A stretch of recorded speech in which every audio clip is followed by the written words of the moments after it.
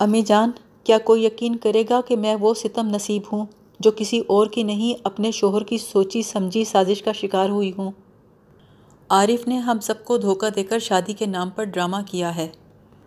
اب مجھے سمجھ آئی کہ شادی کے بعد سے اب تک عارف مجھ سے الگ تھلگ کیوں رہ رہا تھا، نکاح کے رشتے میں بندھنے کے باوجود مجھ سے گریز کیوں کر رہا تھا، آج کی رات اتنے سکون سے کیسے سو رہا تھا، مجھے تباہی کے گھڑے میں دھکیل کر اطمینان سے خراٹے لے رہا تھا۔ میرے جی میں آئی اس کا گلا دبا دوں، لیکن پھر سوچا اکیلی کس کس سے لڑوں گی۔ اگر میاں خلیل مجھے لے گیا تو آپ کو زندگی بھر میری خبر نہیں ملے گی۔ میں نے سوچا پہلے کسی طرح یہاں سے تو نکلوں، بات کی بات میں دیکھی جائے گی۔ میں نے اندر جا کر جلدی جلدی ضروری کپڑے لتے گٹھری میں باندھے اور چھت پہ چڑھ گئی۔ گھر کے پچھواڑے میں بھوسے کا ڈھیر پڑا تھا۔ میں چھت سے اس پہ کود گئی اور اندھیرے میں کھیتوں کی طرف بھاگ نکلی۔ ابھی ذرا سا آگے گئی تھی کہ میرے پیچھے کتے لگ گئے۔ میں نے بٹے مار مار کر بڑی مشکل سے بھگایا۔ مجھے زیادہ ڈر اس بات کا تھا کہ کتوں کے بھونکنے سے کسی کو میرے جانے کا پتہ نہ چل جائے۔ میں جلد سے جلد اس جگہ سے اتنی دور جانا چاہتی تھی کہ میاں خلیل مجھ تک پہنچ نہ سکے۔ مجھے یقین تھا صبح ہونے سے پہلے کسی کو میرے غائب ہونے کا پتہ نہیں چلے گا اور روشنی ہونے سے پہلے پہلے میں گاؤں سے دور نکل جاؤں گی، اس لیے رات کے اندھیرے میں چھپ چھپ کے کھیتوں کے اندر ہی اندر بھاگتی رہی۔ ایک جگہ مجھے گدڑ نظر آئے، میں ان سے چھپ کر دوسری طرف بھاگنے لگی۔ شکر ہے کہ دن نکلنے سے پہلے پہلے مجھے ریل کی پٹری نظر آئی۔ میں بھوکی پیاسی پٹری کے ساتھ ساتھ بھاگتی رہی یہاں تک کہ اسٹیشن آ گیا۔ اسٹیشن پہنچ کر میں نے کاغذ قلم اور لفافہ خریدا تاکہ آپ کو اپنے حالات بتا سکوں۔ آپ سوچ رہی ہوں گی میں سیدھی آپ کے پاس کیوں نہیں پہنچی۔ امی جان، اگر میں کچی سڑک پر جاتی تو کوئی مجھے دیکھ لیتا، اس لیے میں کھیتوں میں گھس گئی۔ اس کے بعد مجھے سمت کا اندازہ نہیں ہوا، مجھے پتہ ہی نہیں چلا میں کس طرف نکل آئی ہوں۔ اب معلوم نہیں میں کون سے اسٹیشن پر بیٹھی ہوں، یہاں کون سی گاڑی آتی ہے اور کہاں جاتی ہے۔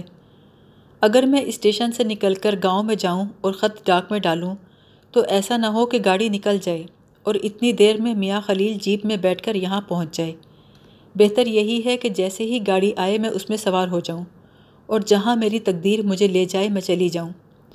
ویسے بھی امی جان، میاں خلیل آپ کے ٹھکانے سے واقف ہے، وہ مجھے ڈھونڈتے ہوئے مہراب پور ضرور آئے گا اور آپ مجھے اس سے بچا نہیں سکیں گی۔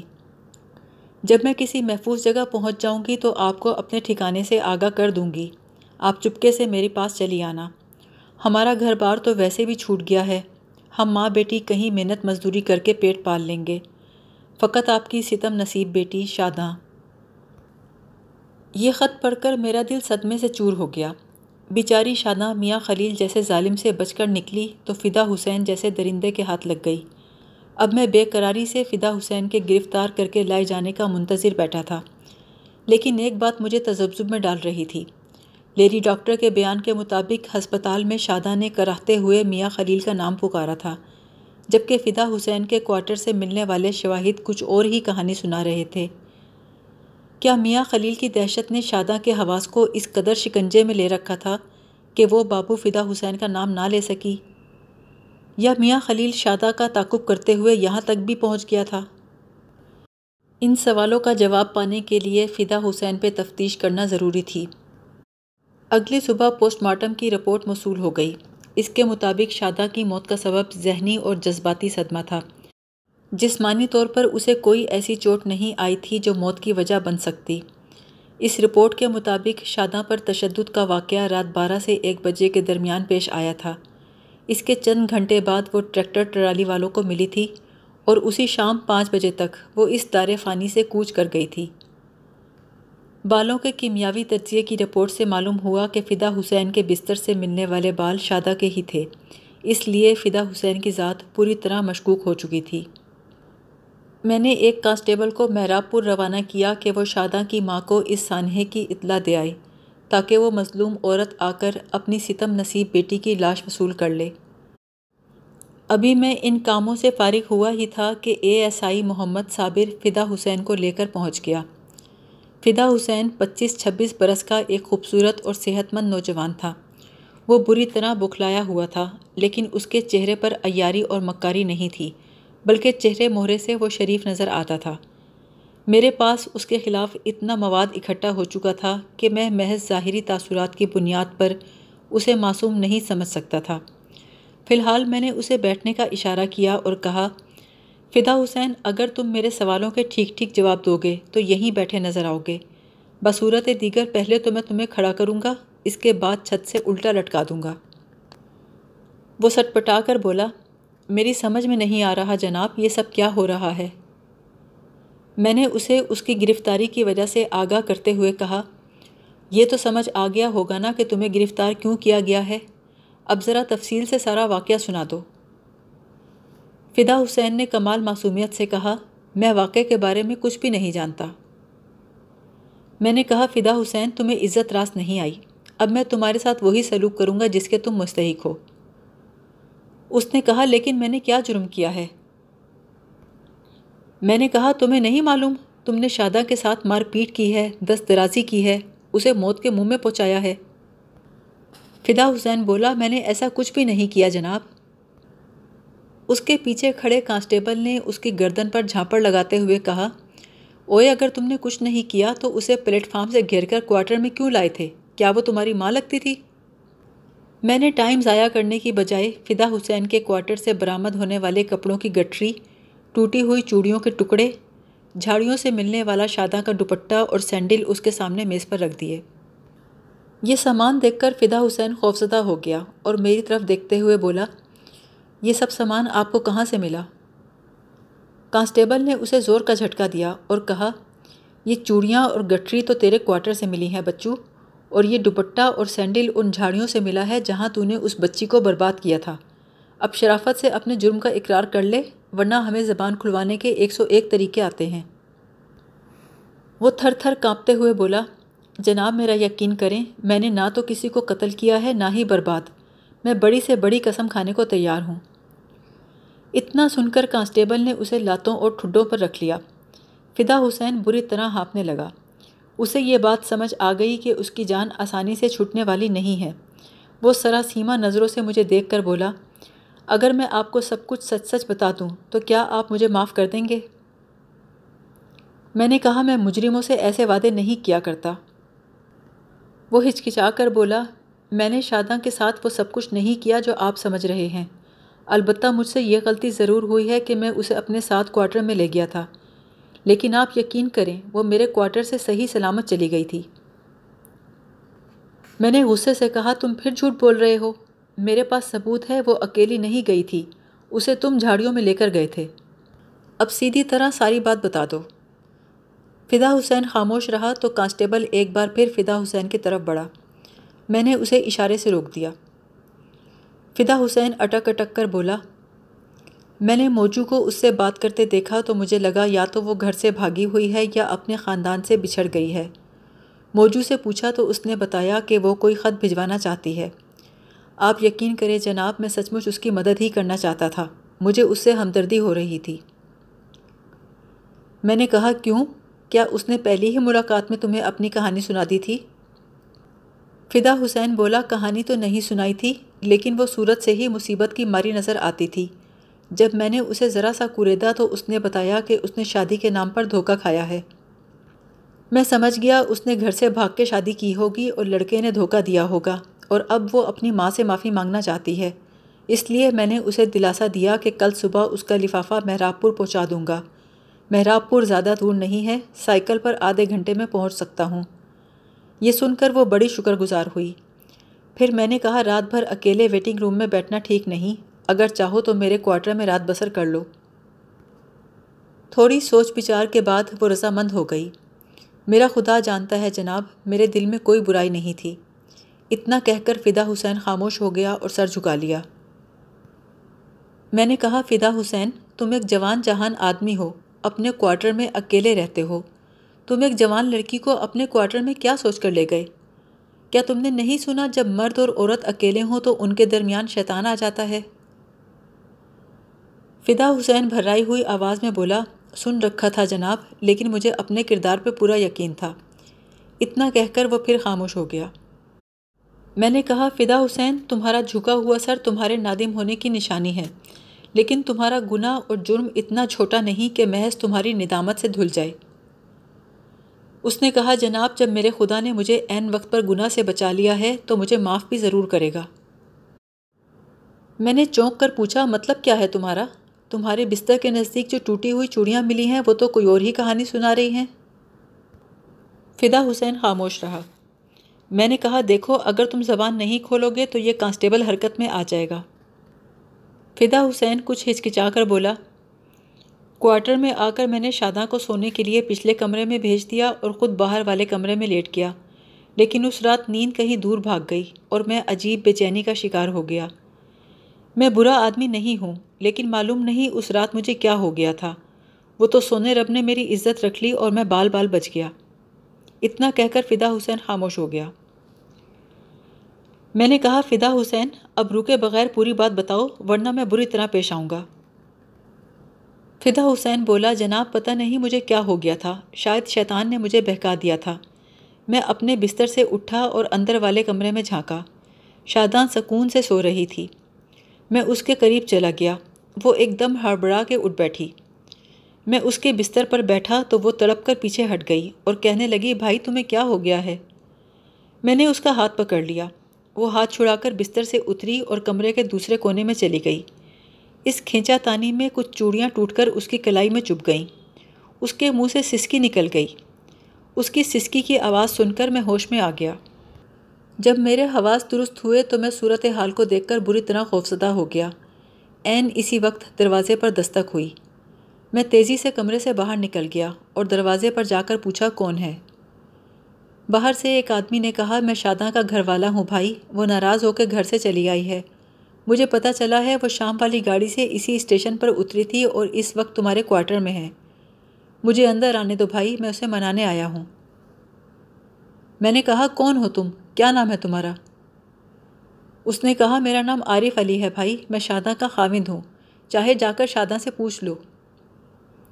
ایک لمحے کو میرے دل میں خیال آیا میں شاداں کی موجودگی سے انکار کر دوں اور کہہ دوں یہاں کوئی شاداں نہیں ہے، لیکن اپنی حرکت کی وجہ سے میں اتنا شرمندہ تھا کہ خود بھی اس کے ساتھ ایک چھت کے نیچے رہنا نہیں چاہتا تھا۔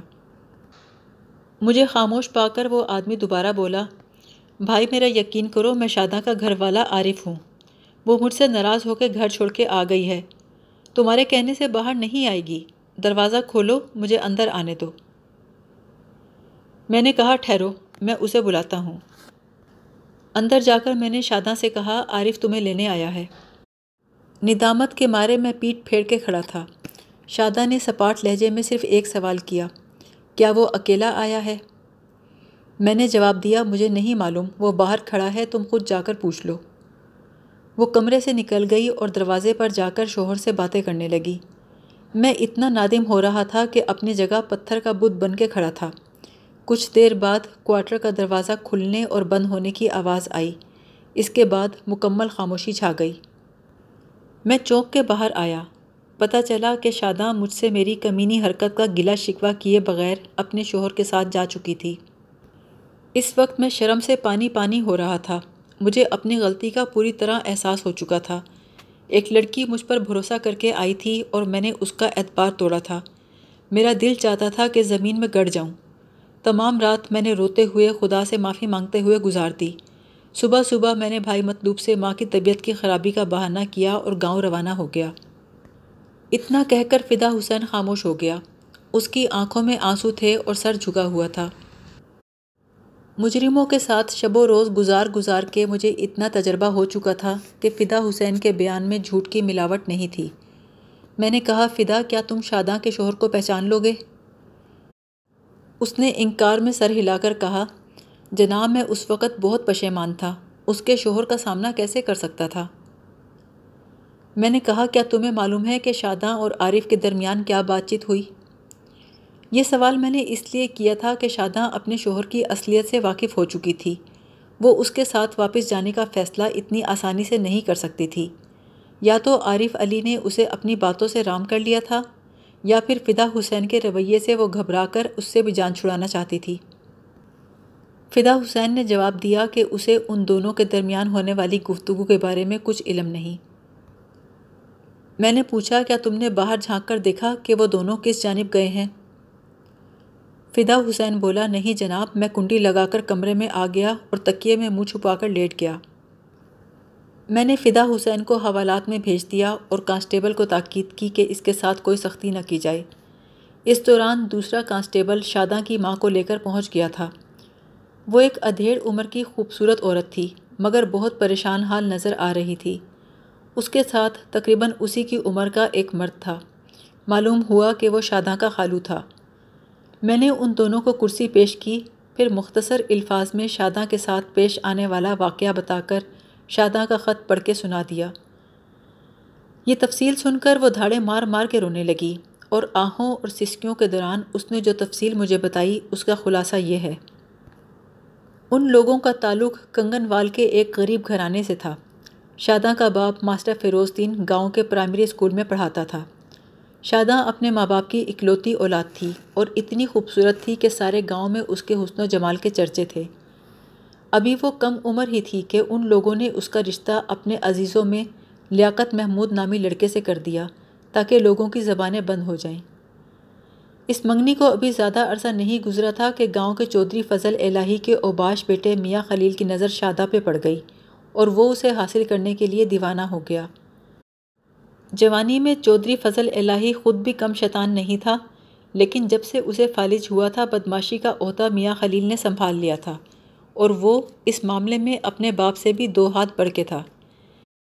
ایک دن میاں خلیل ماسٹر فیروز دین سے ملنے آیا اور کہا، ماسٹر جی آپ سے ایک کام پڑ گیا ہے، امید ہے آپ مایوس نہیں کریں گے۔ بات یہ ہے مجھے آپ کی بیٹی شاداں پسند آ گئی ہے، میں سوچتا ہوں اسے گاؤں کی چودھرائن بنا لوں۔ فیروز دین کو جیسے بچھو نے ڈنک مار دیا۔ میاں خلیل ایک اوباش اور بدصورت آدمی تھا۔ نہ صرف یہ کہ وہ شادی شدہ تھا بلکہ 2 بچوں کا باپ بھی تھا، اور پھر اس کا کردار کسی کی نظروں سے ڈھکا چھپا نہیں تھا۔ ماسٹر فیروز دین نے خود کو سنبھال کر معتدل لہجے میں کہا، چودھری صاحب آپ تو خیر سے شادی شدہ ہیں، بال بچے دار ہیں، اور آپ کو معلوم ہی ہوگا کہ ہم نے شاداں کی منگنی کر دی ہے۔ میاں خلیل بولا، ماسٹر جی منگنی کا کیا ہے، منگنی ٹوٹ بھی سکتی ہے، اور جہاں تک سوال میری شادی کا ہے تو مذہب نے 4 شادیوں کی اجازت دی ہے۔ ماسٹر فیروز دین نے کافی دیر ٹالم ٹولی کی، آخر تنگ آ کر بولا، جناب میں زبان دے چکا ہوں، آپ ہمارے حال پہ رحم کریں۔ میاں خلیل بڑے غصے سے بولا، کمی کمین کو عزت راست نہیں آتی، میں تم کو سسرا بنانے کی بات کر رہا ہوں اور تم رحم کی بھیک مانگ رہے ہو۔ فیروز دین بولا، آپ بھیک ہی سمجھ لیں، لیکن شاداں کا خیال اپنے دل سے نکال دیں۔ میاں خلیل نے مروت اور لحاظ ایک طرف رکھ کر کہا، ماسٹر جو چیز میرے دل میں سما جائے اسے حاصل کر کے چھوڑتا ہوں۔ فیروز دین چڑ گیا اور بولا، میری بیٹی کوئی چیز نہیں، ایک جیتا جاگتا انسان ہے، اور ایک جیتے جاگتے انسان سے اس کی منگنی ہوئی ہے اور منگنی ٹوٹ نہیں سکتی۔ میاں خلیل نے دھمکاتے ہوئے کہا، اگر منگنی نہیں ٹوٹ سکتی تو کیا ہے، منگیتر تو ٹوٹ سکتا ہے نا۔ یہ کہہ کر وہ چلا گیا۔ ماسٹر فیروز دین گھبرایا ہوا گھر آیا اور ظہور بی بی کو سارا حال کہہ سنایا۔ دونوں میاں بیوی تمام رات پریشان بیٹھے رہے۔ انہیں کچھ سمجھ نہیں آ رہا تھا کہ شاداں اور لیاقت کو میاں خلیل کے شر سے بچانے کے لیے کیا کریں۔ چند روز بعد ماسٹر فیروز دین کے خدشات درست ثابت ہوئے۔ لیاقت محمود کی کٹی پھٹی لاش بیری والی کھو کے نزدیک ملی۔ کسی نے کلہاڑیوں کے وار کر کے اسے بڑی بے دردی سے ہلاک کر دیا تھا۔ ماسٹر فیروز دین اچھی طرح جانتا تھا کہ لیاقت کے قتل میں کس کا ہاتھ ہے، لیکن وہ میاں خلیل کا کچھ نہیں بگاڑ سکتا تھا۔ اس کے چند روز بعد میاں خلیل ان کے گھر آیا اور بولا، مجھے لیاقت کی موت کا بڑا افسوس ہے، لیکن قدرت کو یہی منظور تھا۔ بظاہر وہ افسوس کر رہا تھا، لیکن در حقیقت ان کے زخموں پہ نمک چھڑک رہا تھا۔ پھر وہ مطلب کی بات پر آ کر بولا، ماسٹر جی اب تو شاداں کی منگنی بھی ختم ہو چکی ہے، اب میرا رشتہ قبول کرنے میں مسئلہ کیا ہے؟ اس وقت تو ماسٹر فیروز دین نے اسے کسی نہ کسی طرح ٹال دیا، لیکن اس کے بعد میاں خلیل نے ان کے گھر کے پھیرے لگانے شروع کر دیے، یہاں تک کہ ماسٹر فیروز دین کی ہمت جواب دے گئی۔ اس نے صاف صاف کہہ دیا، چودھری صاحب میں نے شاداں کا رشتہ آپ کے ساتھ کرنا ہی نہیں ہے، آپ یہ روز روز چکر لگانے بند کر دیں۔ یہ سن کر میاں خلیل کا چہرہ غضبناک ہو گیا۔ وہ آپ سے تم پر اتر آیا اور بولا، ماسٹر میں تو تمہیں عزت دے رہا ہوں اور تم مجھے انکار کر رہے ہو، میں چاہوں تو شاداں کو اٹھوا بھی سکتا ہوں۔ فیروز دین غصے سے بولا، اس کے لیے آپ کو میری لاش پر سے گزرنا ہوگا۔ میاں خلیل نے کہا، تو گزر جاؤں گا، اس میں مشکل کیا ہے؟ اس کے چند روز بعد ماسٹر فیروز الدین کی لاش کھیتوں کے پاس پڑی ملی۔ اسے کسی زہریلے سانپ نے ڈس لیا تھا۔ یہ معلوم نہیں ہو سکا کہ وہ ایک اتفاقی حادثہ تھا یا کسی نے ماسٹر کو زہریلا سانپ چھوڑ دیا تھا۔ ماسٹر فیروز الدین کے کفن دفن کے بعد میاں خلیل نے شادہ کی ماں سے بات چیت کا آغاز کیا۔ ظہور بی بی اتنے طاقتور شخص سے بگاڑ مول نہیں لے سکتی تھی، لہٰذا اس نے ٹالنے کے لیے کہا کہ وہ چہلم کے بعد اس سلسلے میں بات کرے گی۔ اس بات سے میاں خلیل قدرے مطمئن ہو کے چلا گیا۔ ظہور بی بی نے یہ سب مہلت حاصل کرنے کے لیے کیا تھا۔ وہ دراصل موقع کی تلاش میں تھی۔ پھر جیسے ہی اسے موقع ملا وہ شاداں کو لے کر اپنی بہن کے پاس مہراب پور چلی گئی۔ اس کی بہن اور بہنوئی نے ماں بیٹی کو اپنے گھر میں پناہ دے دی اور کچھ وقت گزرنے کے بعد گاؤں کے ایک یتیم لڑکے سے شاداں کی شادی کرا دی۔ عارف علی ایک تنہا نوجوان تھا، وہ تانگا چلاتا تھا۔ ان کے خیال میں وہ ایک شریف لڑکا تھا، لہٰذا انہوں نے اس یتیم نوجوان کو خوشی سے قبول کر لیا۔ شادی کے چند روز بعد عارف علی شاداں کو لے کر دوسرے گاؤں چلا گیا۔ ظہور بی بی کو یہ علم نہیں ہوا کہ وہ کنگنوال جا رہا ہے۔ اس کے بعد جو کچھ پیش آیا وہ شاداں کے ختم تحریر تھا۔ ایک ستم زدہ، ستم نصیب لڑکی کی بے بس ماں کے ساتھ اظہار افسوس کرنے کے لیے میرے پاس الفاظ نہیں تھے۔ وہ روتی پیٹتی شاداں کی لاش لے کر چلی گئی۔ اس کے جانے کے بعد میں علاقہ ایس پی سے ملنے گیا اور تمام تفصیل ان کے گوش گزار کر دی۔ ایس پی صاحب نے میری کارکردگی کو سراہا اور اپنے تعاون کا بھرپور یقین دلایا۔ ابھی کنگنوال میں کسی کو شاداں کی موت کی خبر نہیں تھی، لہٰذا عارف علی یہیں موجود تھا۔ ہمیں عارف کوچوان کو ڈھونڈنے میں دقت پیش نہیں آئی، البتہ گرفتاری کے وقت میاں خلیل نے رکاوٹ ڈالنے کی بہت کوشش کی، لیکن چونکہ میں نے افسران بالا کو پہلے ہی اعتماد میں لے لیا تھا، اس کی کوئی کوشش کارگر نہ ہوئی۔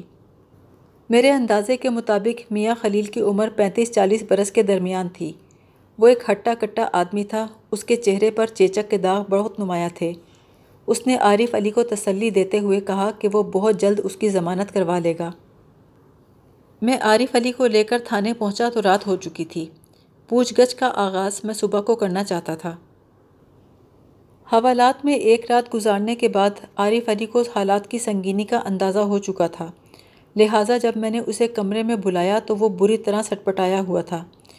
میں نے کہا، عارف علی، مجھے تمہارے تمام کرتوتوں کا علم ہو چکا ہے، اب بہتری اس میں ہے کہ اپنی زبان سے اقرار کر لو۔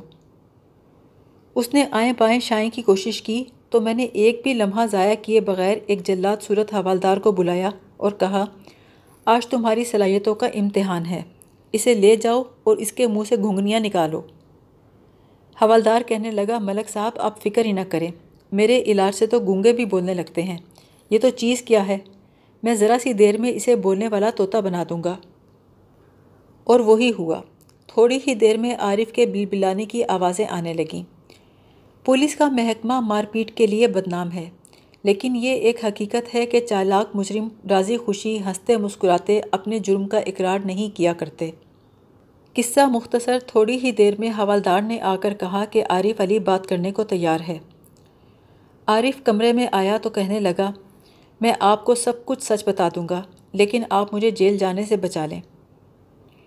میں نے کہا، مجھ سے کسی قسم کی نرمی کی امید نہ رکھنا، تمہاری خیریت اسی میں ہے کہ جو کچھ پوچھوں اس کا سچ جواب دو۔ اس نے ایک بار پھر میری منت کرتے ہوئے کہا، تھانے دار صاحب، میں یہ تو نہیں کہوں گا کہ میں بالکل بے قصور ہوں، البتہ اتنا یقین کر لیں کہ شادہ کی موت میں میرا ہاتھ نہیں ہے۔ اگر آپ مجھے وعدہ معاف گواہ بنا لیں تو میں آپ کو میاں خلیل کے خلاف بہت سے ثبوت دوں گا۔ میں نے کہا، دیکھو پہلے اپنے حصے کا سچ بولو، اگر تمہاری گواہی مفید ثابت ہوئی تو میں اس سلسلے میں سوچوں گا۔ اتنی یقین دہانی پانے کے بعد عارف علی نے اپنا اور میاں خلیل کا تمام کچا چھٹا کھول کے بیان کر دیا۔ عارف علی ایک تنہا نوجوان تھا، اپنے باپ کے مرنے کے بعد سے اس کا تانگا چلا رہا تھا۔ وہ سارا دن لاری اڈے سے سواریاں اٹھاتا اور گرد و نواح کے گاؤں دیہات تک پہنچاتا تھا۔ ایک دن اس کے تانگے میں چند آدمی بیٹھے اور کہنے لگے کہ وہ 2 عورتوں کے بارے میں معلومات حاصل کرتے پھر رہے ہیں۔ انہوں نے پتہ لگایا ہے کہ وہ اسی لاری اڈے پر اتری تھیں۔ ان کی بات سن کر عارف علی کا دھیان فوراً ہی اپنے پڑوسیوں کی طرف چلا گیا جن کے گھر حال ہی میں 2 عورتیں مہمان آئی تھیں۔ اس نے سرسری انداز میں پوچھا، آپ لوگ ان عورتوں کو کیوں ڈھونڈتے پھر رہے ہیں؟ ان میں سے ایک آدمی نے کہا، وہ بڑی خطرناک عورتیں ہیں، انہوں نے ہمارے چھوٹے چودھری صاحب کے ہاں چوری کی ہے، جو کوئی ان کا پتہ بتائے گا چودھری صاحب اسے بہت بڑا انعام دیں گے۔ انعام کے لالچ میں عارف علی ان کے چودھری سے ملنے چلا گیا اور پڑوس میں آئی ہوئی عورتوں کے بارے میں بتا دیا۔ میاں خلیل نے صاف صاف کہا، اگر عارف کسی طرح شاداں کو یہاں سے نکال کر کنگن وال پہنچا دے تو وہ اسے کنگن وال میں 1 مکان اور 4000 روپے نقد دے گا۔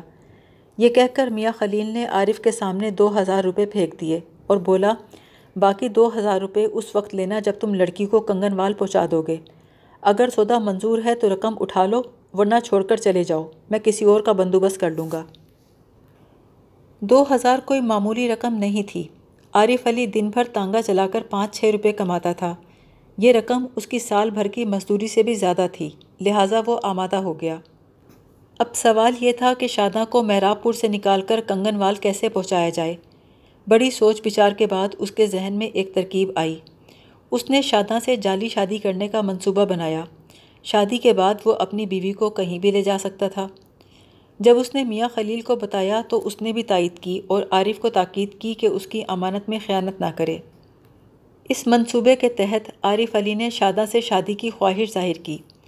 ظہور بی بی کی طرف سے حوصلہ افزا جواب ملا۔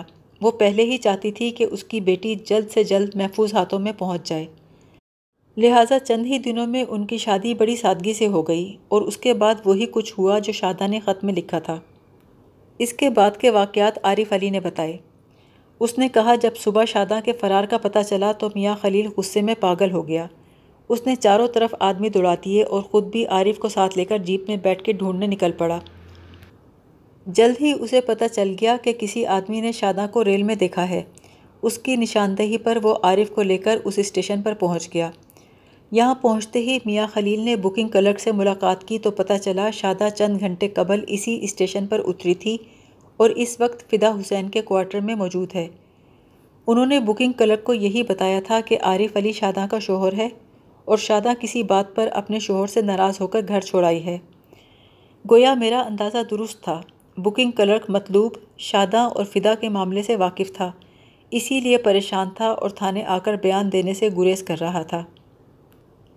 عارف بولا، میاں خلیل اور عارف کے درمیان طے پایا کہ عارف علی کسی طرح شاداں کو باؤ فدا کے کوارٹر سے نکالے۔ عارف نے میاں خلیل کی ہدایت کے مطابق فدا حسین کے کوارٹر پر دستک دی اور جب شاداں سامنے آئی تو بہت پیار سے کہا کہ وہ اس کے اچانک چلے آنے سے بہت پریشان ہوا ہے اور وہ میاں خلیل پہ لعنت بھیجتا ہے اور آئندہ اپنی بیوی کے ساتھ مہراب پور میں رہے گا۔ عارف کے معافی مانگنے پر شاداں نے 2 منٹ بھی نہ لگائے اور اس کے ساتھ ہو لی۔ عارف نے شاداں کو بتایا کہ اس کا تانگا دریا کے کنارے کھڑا ہے۔ شاداں کوئی سوال جواب کیے بغیر اس کے ساتھ چل پڑی۔ میاں خلیل ان سے تھوڑا فاصلہ رکھ کے چل رہا تھا۔ ایک ویران مقام دیکھ کر وہ سامنے آ گیا۔ اسے دیکھ کر شاداں بدحواس ہو گئی اور جھاڑیوں کی جانب دوڑ گئی۔ میاں خلیل نے عارف کو گالی دے کر کہا، مجھ سے تگڑی رقم وصول کی ہے تو اس کو قابو کرنے میں میری مدد بھی کر۔ ایک طرف سے عارف نے شاداں کا راستہ روکا، دوسری طرف سے میاں خلیل نے، اور دونوں نے جلد ہی اسے دبوچ لیا۔ شاداں نے مجبور ہو کر میاں خلیل کے منہ پر تھوک دیا۔ میاں خلیل پر وحشت سوار ہو گئی اور وہ اسے بری طرح زد و کوب کرنے لگا۔ شاداں بری طرح پٹ رہی تھی۔ وہ ایک نرم و نازک لڑکی تھی۔ میاں خلیل جیسے گینڈے کے سامنے تا دیر نہ ٹھہر سکی اور بے دم ہو کر گر گئی۔ میاں خلیل اسے ٹھڈے مارنے لگا۔ عارف نے کہا، بس کریں میاں صاحب، مر جائے گی۔ میاں خلیل نے کہا، اگر مر بھی گئی تو بھی میں اسے نہیں چھوڑوں گا۔ میں نے اس کے پیچھے بڑا پیسہ اور وقت لگایا ہے، اپنی ایک ایک پائی وصول کروں گا۔ میں اسے بتاؤں گا کہ میاں خلیل کو ٹھکرانے کا انجام کیا ہوتا ہے۔ اس کے بعد میاں خلیل بھوکے بھیڑیے کی طرح شاداں پر ٹوٹ پڑا۔ عارف علی بولا، تھانے دار صاحب، میں نے شاداں کو قابو کرنے میں میاں خلیل کی مدد ضرور کی ہے، لیکن خدا جانتا ہے مجبوری میں کی ہے۔ میں اب تک عارف علی کا بیان بڑے بوجھل دل کے ساتھ سن رہا تھا۔ جب اس نے یہ جملہ بولا کہ میں نے مجبوری میں میاں خلیل کی مدد کی ہے تو میں بے اختیار اپنی کرسی سے اٹھا اور اس کا سر دیوار سے دے مارا اور پھر تھپڑ مار مار کے اس کا منہ لال کر دیا۔ میرے منہ سے گالیاں نکل رہی تھیں۔ حرام زادے کتے کے بچے، اس قدر بےغیرتی سے پہلے تجھے موت کیوں نہ آ گئی؟ میری آواز سن کر تھانے کا عملہ میرے کمرے میں آ گیا۔ عارف تھر تھر کانپتے ہوئے بولا، آپ نے مجھ سے وعدہ کیا تھا کہ مجھ سے نرمی کا برتاؤ کریں گے۔ میں نے اس کی ٹانگ پر ٹھوکر لگا کر کہا، سور کی اولاد، تو نرمی کی بات کرتا ہے؟ میں اگر قانون کے ہاتھوں مجبور نہ ہوتا تو تیرے ٹکڑے کر دیتا، پر تو دیکھ میں تجھے کیسی سزا دلواتا ہوں۔ وہ میرے قدموں میں گر گیا اور روتے ہوئے بولا، مجھے معاف کر دیں سرکار، مجھے اپنی غلطی کا احساس ہو گیا ہے۔ اگر میں میاں خلیل کے اس روپ سے واقف ہوتا تو کبھی اس کا ساتھ نہ دیتا۔ میں نے اسے لات مار کر اپنے قدموں سے دور کیا اور کہا، تو اسے غلطی کہتا ہے ذلیل انسان؟ ایک غیر آدمی تیری بیوی کو تیرے سامنے مارتا پیٹتا رہا، اسے بالوں سے پکڑ کے گھسیٹتا رہا، اور تو یہ سب دیکھتا رہا؟ تو شرم سے مر کیوں نہ گیا؟ وہ روتے ہوئے بولا، میرا یقین کریں تھانے دار صاحب، مجھے میاں خلیل سے ایسے ظلم کی امید نہیں تھی۔ میں تو سمجھا تھا وہ شادہ کا حسن دیکھ کر دل ہار بیٹھا ہے، مجھ سے طلاق دلا کے اسے رانی بنا کر رکھے گا۔ میرا یقین کرے سرکار، میں بہت پچھتایا ہوں، میں نے خود کو بہت کوسا ہے۔ اسی لیے میاں خلیل کے جانے کے بعد میں نے شادہ کو جھاڑیوں سے اٹھا کر گاؤں کے راستے میں ڈال دیا تاکہ کوئی اللہ کا بندہ اسے اس کی ماں تک پہنچا دے۔ اسلم ویڑائچ میرے کمرے میں موجود تھا۔ اس نے مجھے کرسی پر بٹھایا اور میرے لیے پانی کا گلاس منگایا۔ پھر عارف کو گریبان سے پکڑ کے کھڑا کیا اور پوچھا، اس کے بعد کیا ہوا؟ عارف رونے لگا اور بولا، جب میاں خلیل کا جنون کم ہوا تب تک اجڑی ہوئی شادہ موت سے بدتر حالت میں پہنچ چکی تھی۔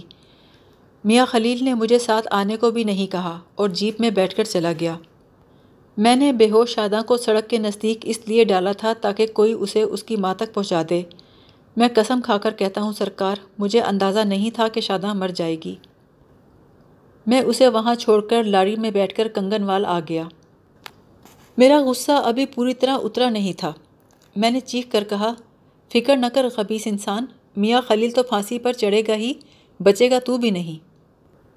وہ گڑ گڑاتے ہوئے بولا، تھانے دار صاحب، شادہ تو واپس نہیں آ سکتی، لیکن میری گواہی سے میاں خلیل کو سزا ضرور مل سکتی ہے۔ میں نے کہا، تیرے بارے میں تو فیصلہ بعد میں کروں گا، پہلے ذرا میاں خلیل سے تو نمٹ لوں۔ عارف کو حوالات میں بھیجنے کے بعد میں نے فدا حسین کو بلایا اور اس تنبیہ کے ساتھ جانے کی اجازت دے دی کہ آئندہ شکایت کا موقع نہ ملے۔ اگلے روز میں نے عدالت سے میاں خلیل کے وارنٹ گرفتاری حاصل کیے اور پولیس کی بھاری جمعیت لے کر کنگن وال روانہ ہو گیا۔ میں جانتا تھا میاں خلیل آسانی سے گرفتاری نہیں دے گا، لیکن میں عدالت سے فیصلہ کر کے نکلا تھا کہ اسے ہتکڑی لگائے بغیر نہیں لوٹوں گا۔ میاں خلیل نے گرفتاری دینے میں میری توقع سے بڑھ کر مزاحمت کی۔ جب وہ مجھے ڈرانے دھمکانے میں ناکام ہو گیا تو اس نے مجھے 1,00,000 روپے کی رشوت پیش کی۔ جب میں اتنی خطیر رقم دیکھ کر بھی نہ پھسلا تو اس نے مجھے دھونس دیتے ہوئے اپنے تعلقات کی دھمکیاں دیں۔ میں نے ان تعلقات کی پرواہ کیے بغیر اسے حوالات کی سلاخوں کے پیچھے پہنچا دیا اور اگلے ہی روز چالان تیار کر کے میاں خلیل اور عارف علی کو عدالت میں پیش کر دیا۔ عارف علی کا جرم اتنا چھوٹا نہیں تھا کہ اسے چھوٹی موٹی سزا دے کر چھوڑ دیا جاتا، لیکن میاں خلیل اتنا با اثر اور طاقتور آدمی تھا کہ عارف علی کی پکی گواہی کے بغیر اسے عدالت سے سزا دلوانا مشکل تھا، کیونکہ صرف عارف علی ہی تھا جو اس معاملے میں چشمدید گواہ تھا۔ لہٰذا بادل ناخواستہ میں نے اسے وعدہ معاف گواہ بنانے کا فیصلہ کر لیا۔ میاں خلیل نے وکیلوں کی جیبیں نوٹوں سے بھر دیں اور جہاں جہاں ممکن ہو سکا رشوت سے کام چلایا۔ یہ کیس 2 سال سیشن کورٹ میں لٹکتا رہا، لیکن آخر کار اسے سزائے موت سنا دی گئی۔ اس نے اس سزا کے خلاف ہائی کورٹ میں اپیل کی، لیکن کیس انتہائی مضبوط تھا۔ میں نے اس کا کوئی پہلو کمزور نہیں چھوڑا تھا، لہٰذا ہائی کورٹ نے سیشن کورٹ کے فیصلے کی توثیق کر دی اور میاں خلیل کو پھانسی دے دی گئی۔ میاں خلیل نے زندگی میں جو کچھ بویا تھا کاٹ لیا۔ عارف علی کے حصے میں زمانے بھر کی لعنت، ملامت اور رسوائی آئی، لیکن ایک بات میرے دل میں کانٹے کی طرح چبھتی رہی کہ شاداں کو کس بات کی سزا ملی۔ اس کم عمر لڑکی نے اپنی حرمت کی خاطر اتنی جدوجہد کی تھی جتنی کوئی مرد بھی نہیں کر سکتا تھا۔ اس کی جگہ کوئی اور ہوتا تو کب کا میاں خلیل کے آگے ہتھیار ڈال دیتا۔ اس نے بڑا مقابلہ کیا، لیکن وہ ستم نصیب لڑکی اپنے شوہر کے بھروسے ماری گئی۔ یہ میری پیشہ ور زندگی میں آنے والا ایک ایسا کیس تھا جس کا دکھ میرے دل میں آج تک موجود ہے۔ اس بارے میں یہی کہہ سکتا ہوں کہ اللہ کی مصلحتوں کو سمجھنا انسان کے بس کی بات نہیں ہے۔